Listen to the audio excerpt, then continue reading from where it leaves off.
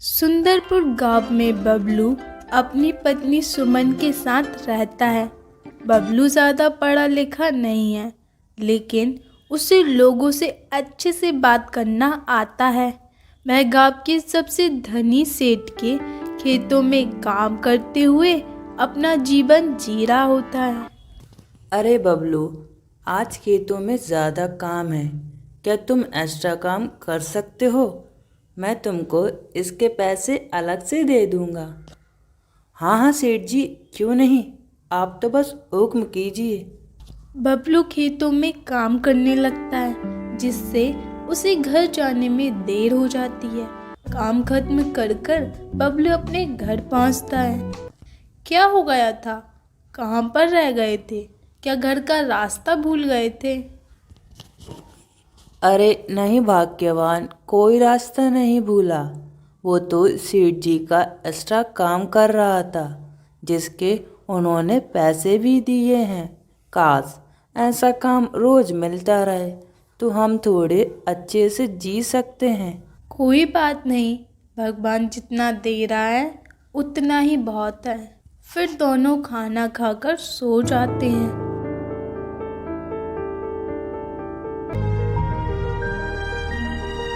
रोज की तरह सुबह बबलू अपने काम पर निकल जाता है, और जब वो शाम को काम खत्म कर कर आता है तो उसे वहाँ की किराने की दुकान पर नजर जाती है, जहाँ हद से ज़्यादा भीड़ लग रही होती है। भीड़ को देखते हुए बबलू घर पहुँच जाता है। सुमन, मैं रास्ते में आ रहा था तो मैंने देखा कि किराने की दुकान पर हद से ज़्यादा भीड़ थी। दुकानदार तो खूब कमाई करता होगा।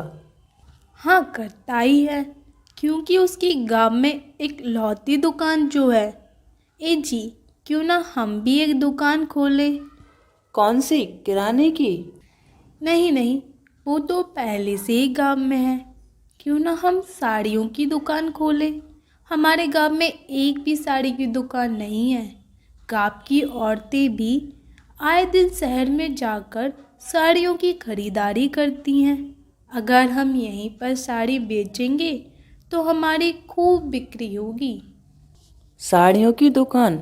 आइडिया तो अच्छा है, लेकिन दुकान खोलने के लिए हमारे पास पैसे कहाँ हैं और हमसे खरीदेगा कौन?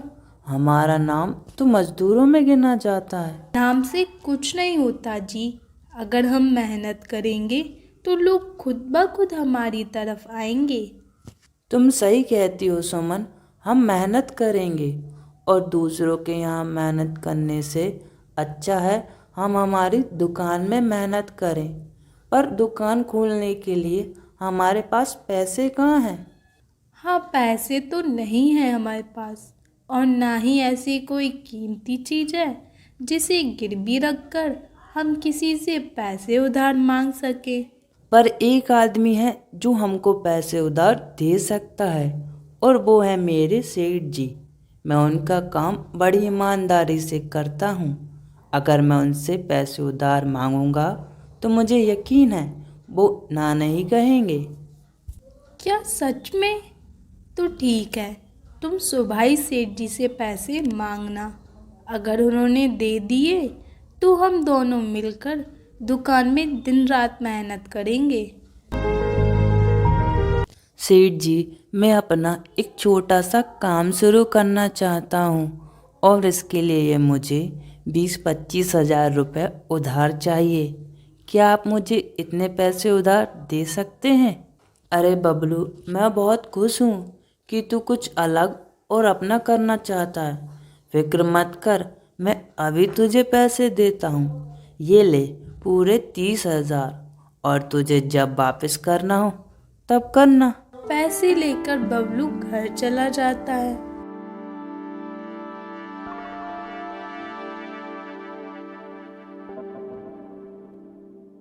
क्या हुआ? सेठ जी ने पैसे दिए? हाँ, उन्होंने पैसे दिए, साथ में नए काम को शुरुआत करने के लिए शुभकामनाएं भी दी हैं। दोनों मिलकर एक छोटी सी दुकान खोल लेते हैं।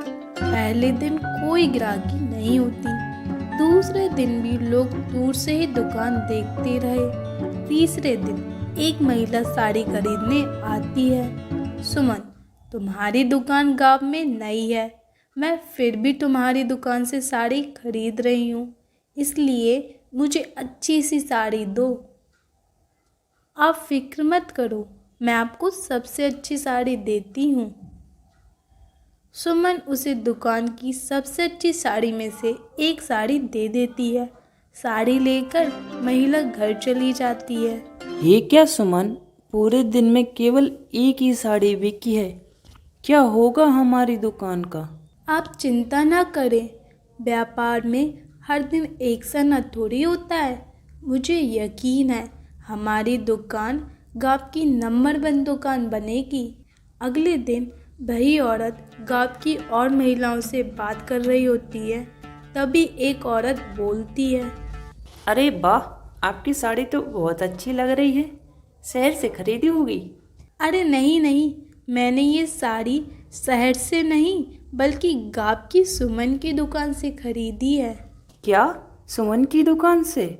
उसके पास इतनी अच्छी अच्छी साड़ियाँ हैं, फिर तो मैं भी उसी के पास से खरीदूंगी। हाँ, मैं भी वहीं से खरीदूंगी। इसके बाद सुमन की दुकान पर साड़ी खरीदने के लिए लाइन लगने लगी। दोनों ने पूरी मेहनत और ईमानदारी से अपना काम किया, जिससे उन्हें बहुत मुनाफा हुआ और धीरे धीरे उनकी दुकान चलने लगी। गांव की सभी महिला अब सुमन की दुकान से साड़ी खरीदने लगी। दुकान अच्छी चलने से बबलू और सुमन की ज़िंदगी बेहतर हो गई थी, जिसे देखकर उनके पड़ोसी जलने लगते हैं और उनका नाम खराब करने के लिए झूठी अफवाह फैलाते हैं। सुमन की दुकान इतनी चलने लगी कि अब वह घटिया माल बेचने लगी है। कल ही उसकी दुकान से साड़ी खरीदी थी, देखो कितनी बेकार है। साड़ी देखकर सभी औरतें हैरान हो जाती हैं और उन्हें यकीन ही नहीं होता कि सुमन इतनी बेकार साड़ी किसी ग्राहक को बेच सकती है। फिर वह महिला मुखिया जी से भी इसकी शिकायत कर देती है। मुखिया जी सुमन और बबलू दोनों को बुलाते हैं। सुमन, रूपा का कहना है तुमने उससे पैसे तो अच्छे ले लिए, पर साड़ी सबसे घटिया दे दी। नहीं मुखिया जी, हमने कोई खराब साड़ी नहीं बेची और रूपा तो हमारी दुकान पर कई महीनों से नहीं आई है।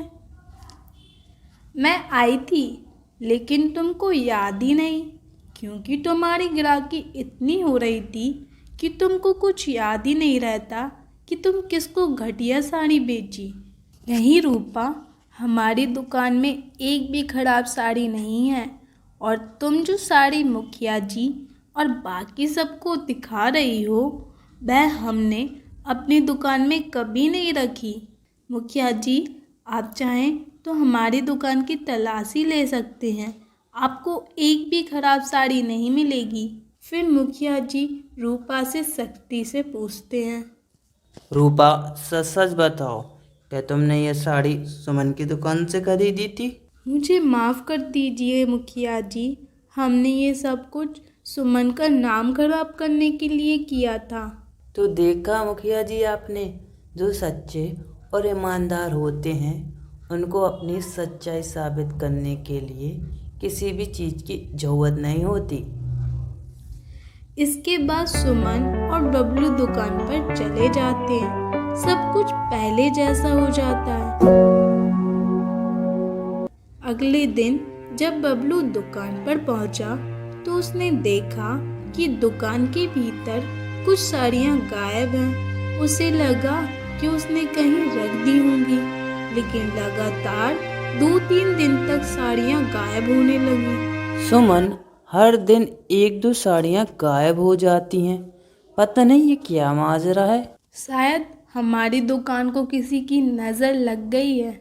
यह किसी की बुरी नज़र नहीं, कोई हमारी दुकान में धीरे धीरे चोरी कर रहा है और आज हम उसे पकड़ कर रहेंगे।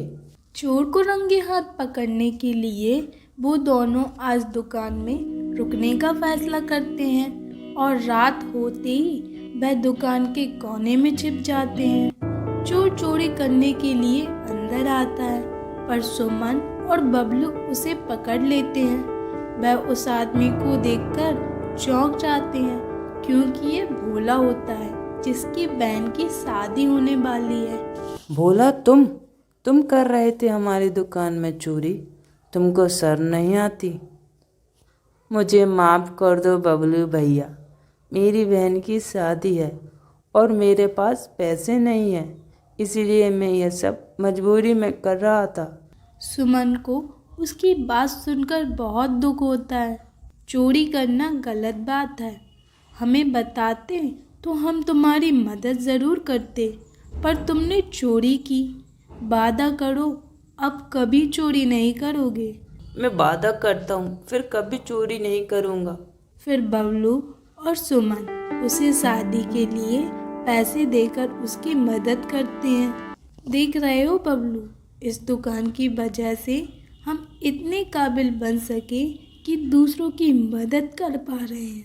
सच में इस दुकान ने तो हमारा जीवन ही बदल दिया।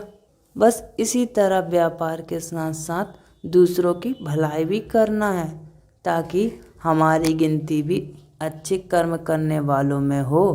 ये कहानी हमको सिखाती है, खुद पर विश्वास हो और साथ देने वाला साथी हो तो कोई कुछ भी कर सकता है।